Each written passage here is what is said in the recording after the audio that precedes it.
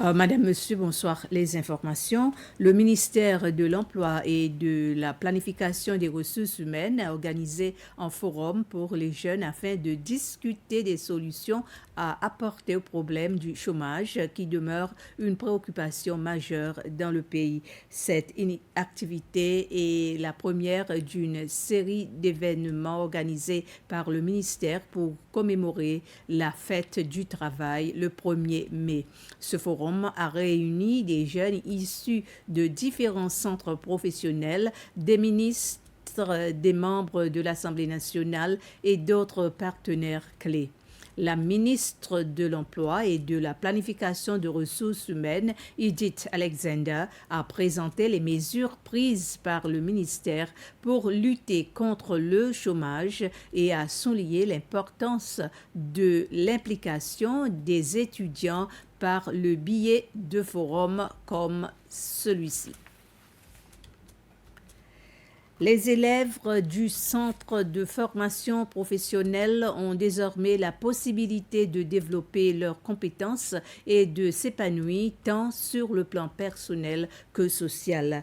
À la suite de l'ouverture d'un centre dans le cadre du programme international du prix du Duc d'Édimbourg, cette initiative a été rendue possible grâce au Conseil national de la jeunesse des Seychelles, en collaboration avec le ministère de la Famille. Ouvert aux jeunes de 14 à 25 ans, le programme relance une initiative initialement lancée au début des années 2000. Il accueillera dans un premier temps 14 élèves du centre, axés sur le développement des compétences, l'activité physique et le service communautaire. Gérard Pierre, directeur du prix international du Duc d'Édimbourg aux Seychelles, a expliqué que la relance du programme vise à renforcer la confiance en soi et à améliorer le bien-être tout en favorisant une participation inclusive. La ministre de la Jeunesse et des Sports, Calcibel, a poursuivi hier sa tournée des districts avec une première visite dans la région sud de Mahé. Cette mission lui a permis d'évaluer l'état des infrastructures sportives dans les districts de Takamaka, Belazar et Ansoyal. La délégation ministérielle, qui comprenait également le nouveau chef exécutif du Conseil national des sports, Mario Pragasen, a débuté sa visite à Takamaka. Sur place, plusieurs préoccupations ont été soulevées, notamment le manque d'éclairage sur le terrain situé à proximité de l'administration du district. Cette situation affecte directement les équipes locales de volley-ball qui sont contraintes de raccourcir leurs séances d'entraînement en soirée. La délégation s'est ensuite rendue à l'école primaire de Takamaka où se trouve un grand terrain de football nécessitant des améliorations. Un autre terrain utilisé par les enfants est également dans un état jugé insatisfaisant. Le membre élu du district, Dominique Savy, ainsi que l'administratrice du district, Sabrina Siméon, ont salué cette visite et exprimé leur souhait de voir les infrastructures sportives locales modernisées. À Belazar, la délégation a rencontré l'administratrice du district, Léone Florentine. Les visites ont inclus le terrain de football d'Ans-Golette, largement utilisé par les jeunes et les équipes locales. Un projet de salle de sport en plein air est également envisagé à proximité de l'administration du district. La tournée s'est achevée à Anse-Royal, au complexe sportif, où la délégation a rencontré la membre élue du district, Sylviane Lemiel. Là encore, le manque d'éclairage adéquat des infrastructures sportives a été identifié comme l'un des principaux problèmes à résoudre. À l'issue de cette visite, la ministre Calcibel s'est dite satisfaite du déroulement de la mission.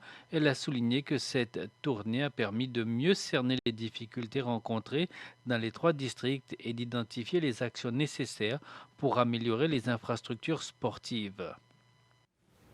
Un groupe d'élèves venant de plusieurs écoles primaires a été sensibilisé aux bienfaits de la consommation de poissons. Il s'agit d'un groupe d'une trentaine d'enfants participant à un camp de vacances organisé par la Fondation Survival Ark.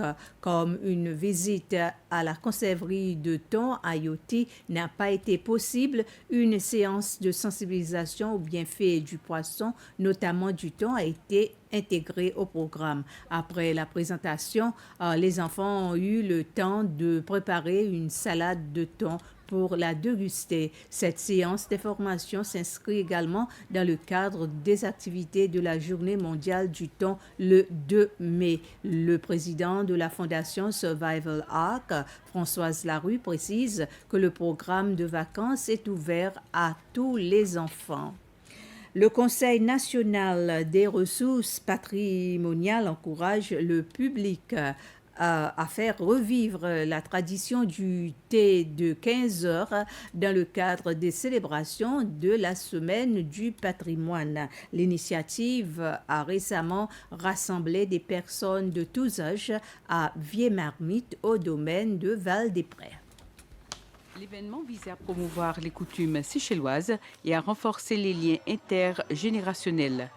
La directrice générale du Conseil national des ressources patrimoniales, Benjamin Rose, a indiqué que cette activité mettait également en lumière l'utilisation des remèdes naturels à base de plantes et les pratiques sociales traditionnelles héritées du passé. Les invités ont pu déguster une variété de thés locaux, dont des infusions, ainsi que des pâtisseries traditionnelles comme des gâteaux à la noix de coco et à la banane. Musique, danse et récitation de romances ont animé la soirée, créant une ambiance culturelle chaleureuse. Les participants, jeunes et moins jeunes, ont salué l'initiative, soulignant que la tradition du thé de l'après-midi reste bien vivante dans de nombreux foyers séchellois. C'est la fin de ce résumé. Merci de votre attention.